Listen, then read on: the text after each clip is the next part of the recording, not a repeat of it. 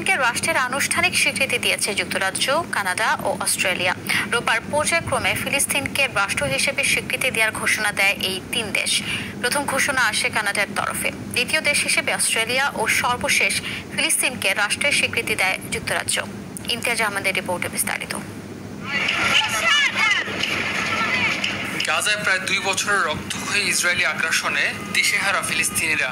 এর অবসান চায় দুই দেশের সাধারণ মানুষ, কিন্তু বাস্তবে নেই কোনো নিরাপত্তা, নেই স্থায়ী কোনো সমাধান। ফিলিস্তিনের অবরুদ্ধ গাজা উপত্যকায় বাড়তে থাকা ভয়াবহতার মধ্যেই শান্তির সম্ভাবনা টিকিয়ে রাখতে দ্বিরাষ্ট্র সমাধানের পক্ষে অবস্থান নিল যুক্তরাজ্য, কানাডা ও অস্ট্রেলিয়া। সেপ্টেম্বরে জাতিসংঘের সাধারণ পরিষদ অধিবেশন পর্যন্ত সময় বেঁধে দেয় যুক্তরাজ্য। ইসরায়েল যদি হামাসের সঙ্গে যুদ্ধবিরতির বাস্তবিক পদক্ষেপ না নেয়, তবে আনুষ্ঠানিকভাবে ফিলিস্তিন রাষ্ট্রকে স্বীকৃতি দেবে ব্রিটেন।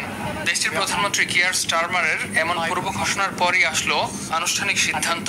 এতে করে প্রথম G7 ভুক্ত দেশ হিসেবে ফিলিস্তিন রাষ্ট্রকে স্বীকৃতি দিল যুক্তরাজ্য। To keep alive the possibility of peace and a two-state solution. আজ শান্তি এবং দ্বিরাষ্ট্র সমাধানের আশা পুনরুজ্জীবিত করতে আমি স্পষ্টভাবে বলছি, এই মহান দেশের প্রধানমন্ত্রী হিসেবে যুক্তরাজ্য আনুষ্ঠানিকভাবে ফিলিস্তিন রাষ্ট্রকে স্বীকৃতি দিচ্ছে। An end to the violence, an end to the suffering, and a shift back towards a two-state solution. ফিলিস্তিনকে রাষ্ট্র হিসেবে স্বীকৃতি দিলেও কিয়ার স্টারমার স্পষ্ট করেছেন, এই সিদ্ধান্ত হামাসের জন্য কোনো পুরস্কার নয়, কারণ ফিলিস্তিনের সরকার বা নিরাপত্তা ব্যবস্থায় হামাসের কোনো স্থান থাকবে না। চলতি সপ্তাহে জাতিসংঘ সাধারণ পরিষদ অধিবেশনে অস্ট্রেলিয়া ও কানাডাও ফিলিস্তিন রাষ্ট্রকে স্বীকৃতি দেওয়ার কথা জানায়। তবে এর আগেই স্বীকৃতির ঘোষণা দিল দেশ দুটি।